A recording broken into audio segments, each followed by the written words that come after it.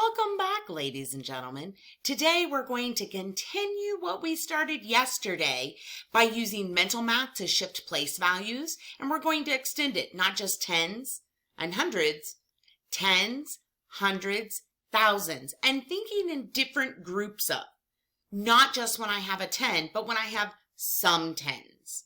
We're going to think of this as powers of 10, and we're going to shift our numbers as we multiply.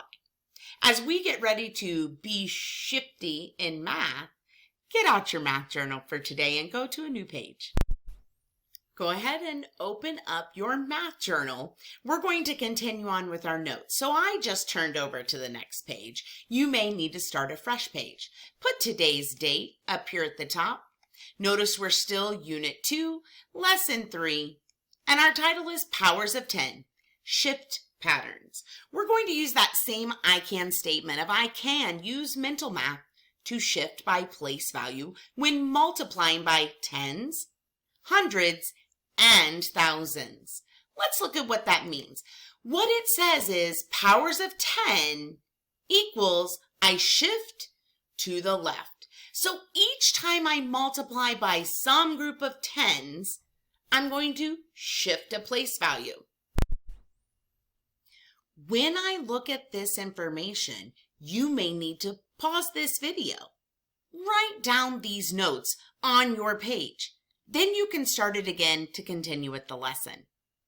Notice as I look at these, I have groups and they equal a certain number of tens. Those tens shift over. So every time I'm working like in calendar math with the daily depositor, I have a total of 10, I shift to the next place value. The same thing's happening when I multiply. I've made a group of 10. I've made a group of 10 and 10 more. So I shift the number. So when I have just one group of 10, it is a 10. I can write it or I can use numbers. When I have 10 groups of 10, we thought of this as a 10-10. It became 10 groups of 10 makes 100. So the same thing when I just have one group of some hundreds. It is 10 times 10 makes 100. What if I have a group of 1,000? Well, 1,000 means I had a group of 10 by a group of 10 by a group of 10. That's how I get my 1,000, and I move over those three place values. Go ahead and pause, write this down. Make sense of it in your brain. So what does this mean? What does this really mean to me? And how is this going to help me? I don't always get to multiply by just a number 1 or just by a group of 10. I have some tens. I might have 30 tens. I might have 500. I might even have some thousands. Then I need to understand how they shift because it's not just my multiplication facts at that time. Go ahead and draw a box around this middle and let's put this into some of our own words. I'm thinking that like yesterday, I see my number moving as I multiply. I see it getting more and more to the left and there's more zeros behind. I can't just tack on zeros. Right? I just can't put those on. I have to understand where those zeros come from. So the power of 10 means I shift to the next place value every time I have a set of tens involved in my number. So practice with the shifts with powers of 10. Let's look at this number. I have one group of 5. One group of 5 is 5. But what if I have one group of 50? Do you see how I'm multiplying by some tens? So I have one power of 10. You see that by the 1 0 over here in my number. Well, now what if I have 10 groups of 50? That's my 10-10. Look up here. A 10-10 is 10 groups of 10 makes 100. So I have some 10 multiplied by some other tens. That's a 10-10 or 100. That's 2 powers of 10. Well, what's next? What if I have a group of 500? One group of 500, that's 2 powers of 10, right? Because it's already shifted 2 place values, and I have one of those. What if I have one group of 5,000? How many powers of 10 is this? I see that there's a 10 by a 10 and another 10. That's 3 powers of 10. That's how I got to the third place value, right? I moved from ones to tens, hundreds, thousands. So what does that mean? Well, 1 times 5 was 5. So 1 times 50, that's just 5 tens. So it would be 5 tens as my answer. What about the next one? Notice how it's 5 is continuing in the pattern, but it's just moving another place value to the left. It shifts every power of 10. Now, what if I had 6 groups of 5? Did I multiply by any powers of 10? I didn't, did I? But there's a power of 10 in my answer. Again, I had to remember my multiplication facts, right? When I count up by 5s 6 times, I get 30. That already makes a group of 10, 3 tens, right? Because it's 5, 10, 15, 20, 25, 30. That's 3 groups of 10. So my answer is 3 tens. Well, that power of 10 showed up in the answer. What if I multiply by a power of 10? So if I have 6 50s, that's 50, 100, 150, 200, 250, 300, right? So my power of 10 keeps going on and my number shifts. Because 6 times 5 was 30, but when I multiplied it by 50, it shifted another power.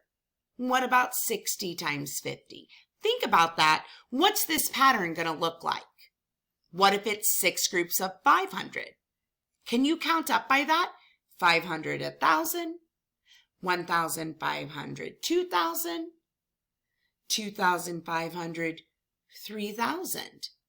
I hear the 1,000, but I also know that I was only multiplying by hundreds. Let's keep looking then. So what happens there? That 30 comes down, but it shifts a place value to the left. My 30 comes down and it shifts a place value to the left. My 30 comes down and it's still to the left, right? Because 60 times 50 was 2 powers of 10 tacked onto that 30 that moved over. And 6 times 500 is still 2 powers of 10 and that 30 moved over to the left. Then if it's 1,000, that's 3 powers of 10 and my 30 goes in front of. So look how that number got bigger. My product answer of 30, and then 30 tens, then 30 hundreds, then 30 thousands. That's a lot. I wonder how I can apply this over to our learning that we have.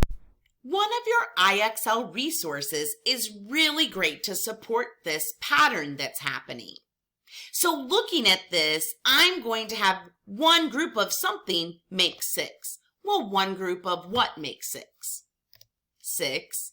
Well, now I need to have 10 groups of 6 and 100 groups of 6 and then 1,000 groups of 6. You see the pattern happening and notice each time I have a power of 10, my number shifts to the left and I show up with extra zeros that represent my powers of 10.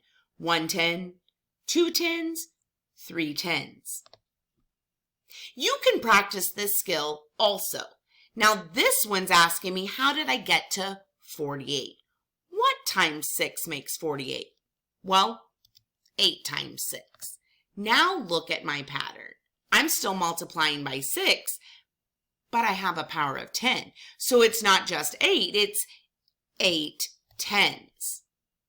Now I'm multiplying by groups of 6, but I have 2 powers of 10.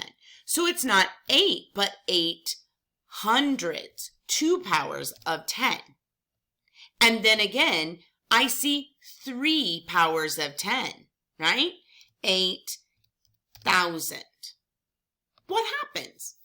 That's exactly how my pattern works.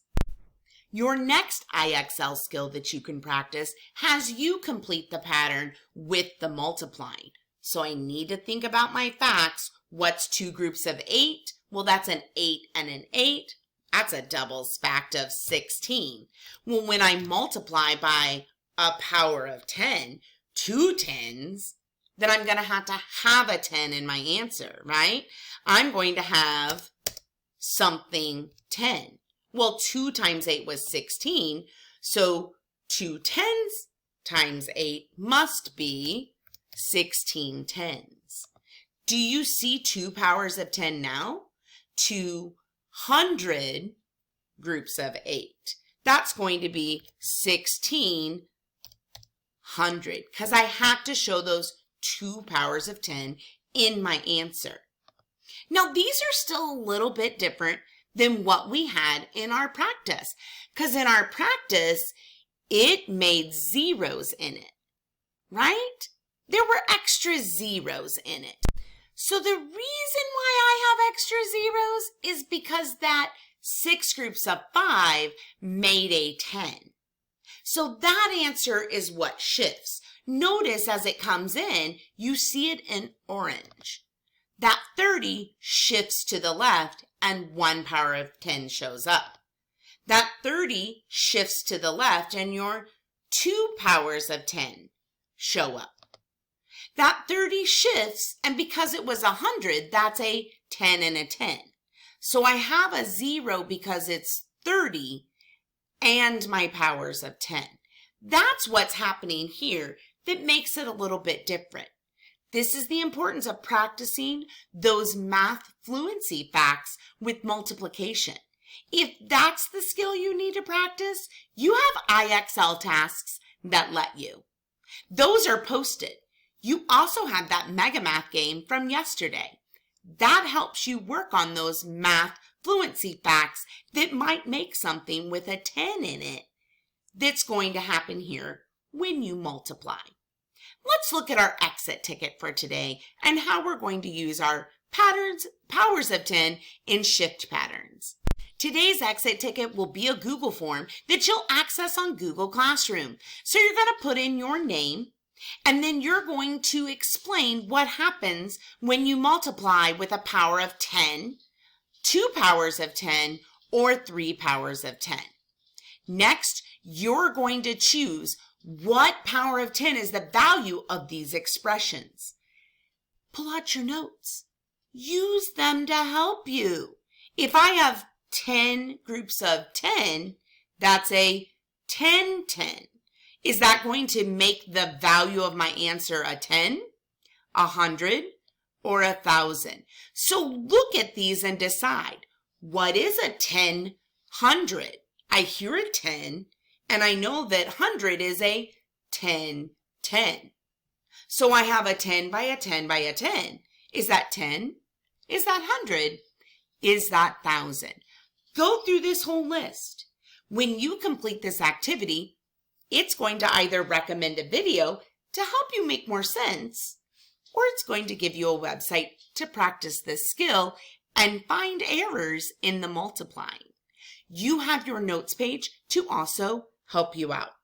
Once you click submit, be sure and click turn in. Then you can practice IXL. We'll see you back live tomorrow.